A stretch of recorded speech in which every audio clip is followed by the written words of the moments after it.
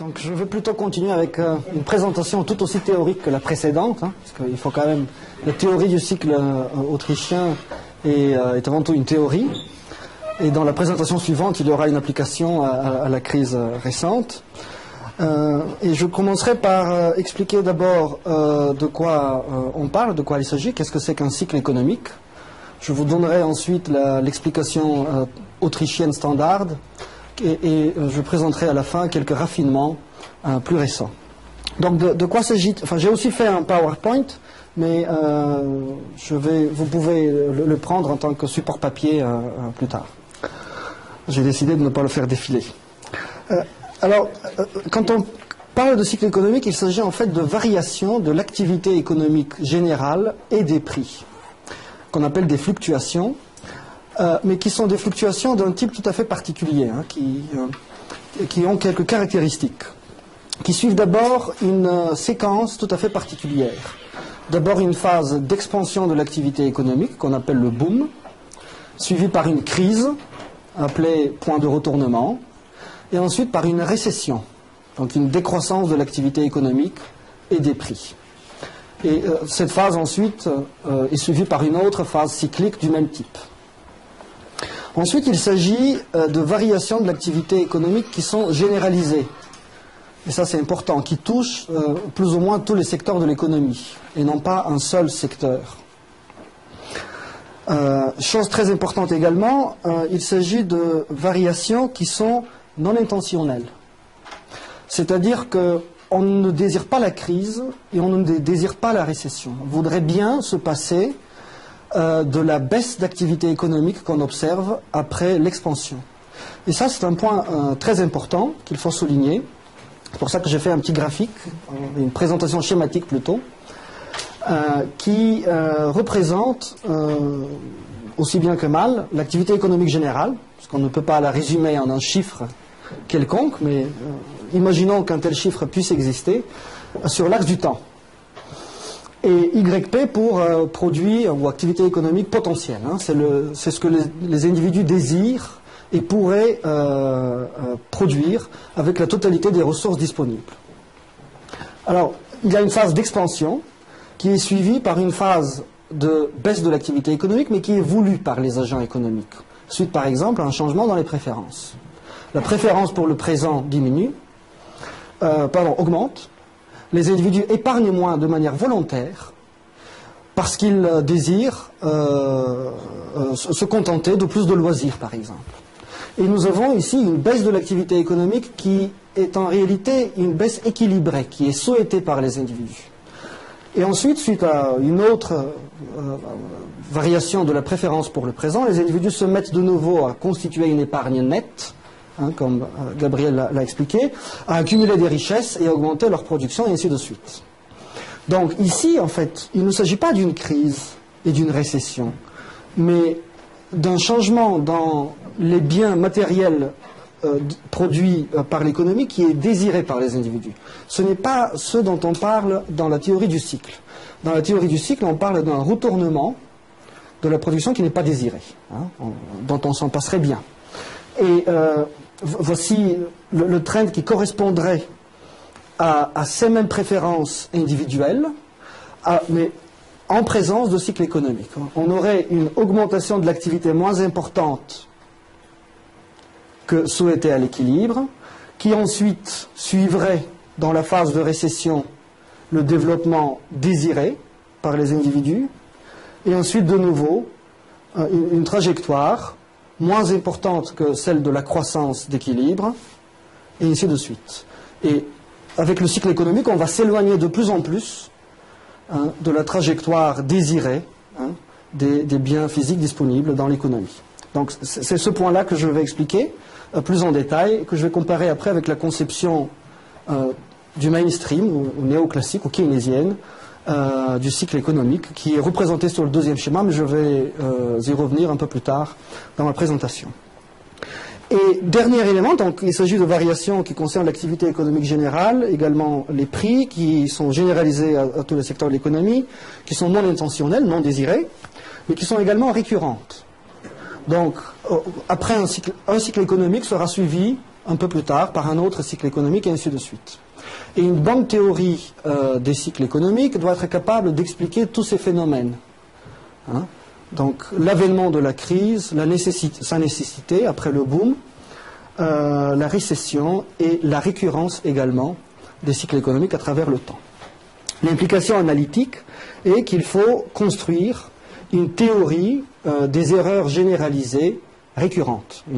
On parle en anglais de cluster of errors, qui est un terme introduit par Rothbard, des erreurs groupées ou des erreurs généralisées qui reviennent.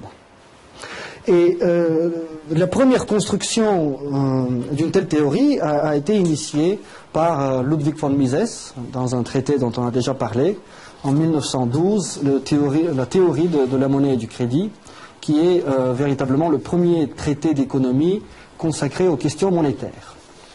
Et dans ce traité, Mises fait une avancée majeure qui est d'introduire la notion de crédit de circulation et de voir quelles sont ses conséquences précisément sur la structure de production. Donc le point de départ pour Mises est l'expansion du crédit bancaire. Aujourd'hui on dirait crédit bancaire, à l'époque on disait crédit de circulation. Qu'est-ce que c'est que le crédit bancaire? C'est la mise à disposition des prêteurs de moyens d'échange fiduciaires supplémentaires. Vous allez aujourd'hui à la banque et vous prenez un crédit de 20 000 € pour acheter une voiture neuve.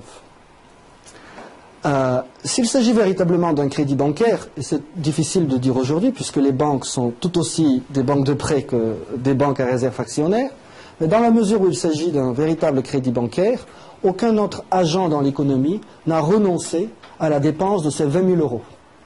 Il y a eu 20 000 € supplémentaires qui ont été créés par les banques en créditant mon compte, en me donnant des moyens d'échange fiduciaires que je peux utiliser pour ma propre dépense. Et c'est bien ce qu'on appelle le crédit bancaire. Et dans la mesure où le crédit bancaire augmente dans l'économie, on parle d'expansion de crédit et d'inflation. Et donc le point de départ de Mises est une expansion de crédit bancaire qui est utilisée sur le marché des biens d'investissement. Qui est reçu par les entrepreneurs. Évidemment, pour que les banques puissent augmenter le crédit d'expansion, il faut qu'elles baissent le taux d'intérêt sur le marché des prêts.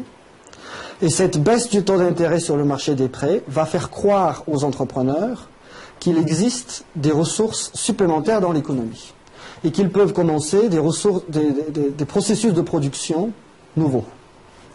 Alors c'est un point qu'il faudrait peut-être justifier un peu plus.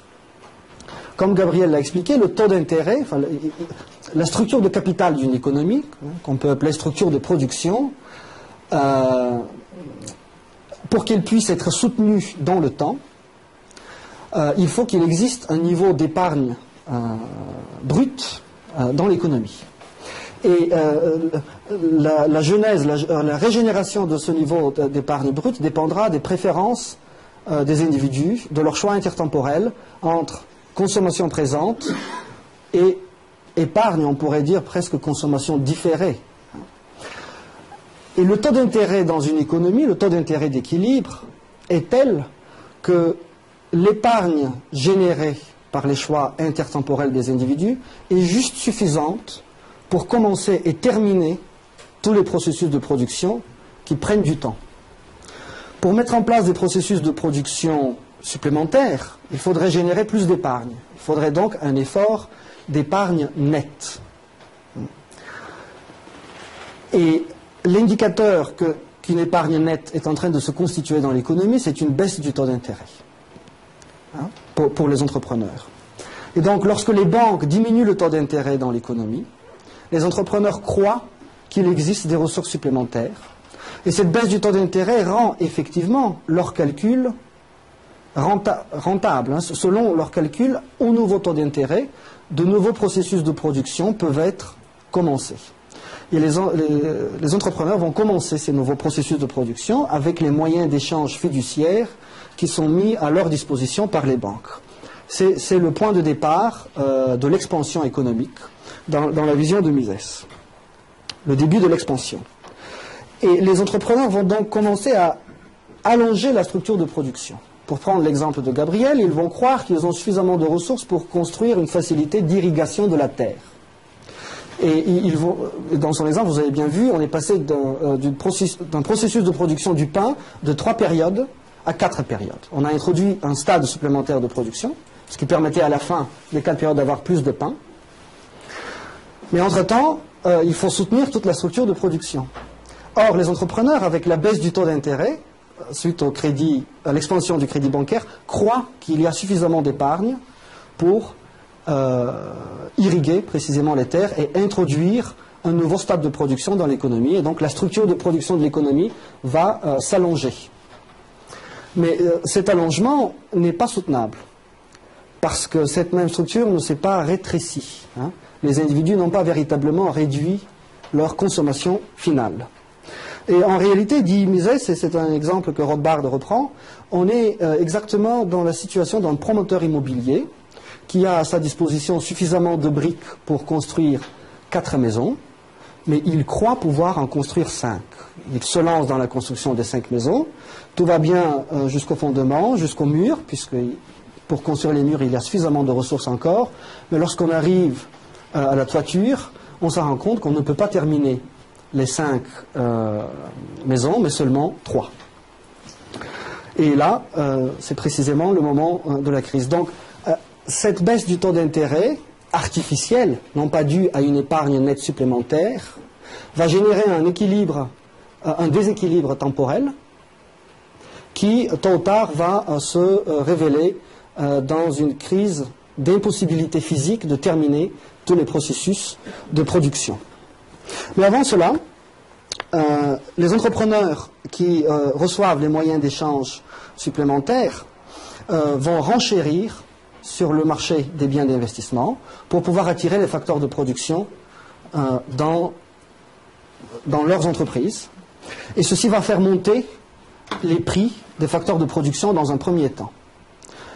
Mais ces prix des facteurs de production, ils ont une double dimension. Pour les entrepreneurs, ce sont des coûts de production. Et pour les propriétaires de ces facteurs, donc biens, matières premières, biens intermédiaires, travail, ce sont des revenus. Donc on va observer, pendant que les nouveaux processus de production continuent, une hausse également de la consommation, puisque les revenus dans l'économie ont augmenté. Et dans un deuxième temps, ce sont les prix des biens de consommation qui vont augmenter. Alors, ces tendances de prix envoient des signaux contradictoires aux entrepreneurs. La hausse des coûts de production signifie que leurs projets ne sont peut-être pas si rentables que cela. Mais en même temps, la hausse des biens de consommation les conforte dans leurs anticipations, puisqu'on voit une hausse généralisée des prix et l'activité économique semble se porter bien. Et pour Mises, cette hausse des prix des biens de consommation va généraliser un petit peu le boom à tous les entrepreneurs. Tout le monde se portera demandeur de crédit bancaire, et les banques aussi auront une justification pour continuer l'expansion de crédit.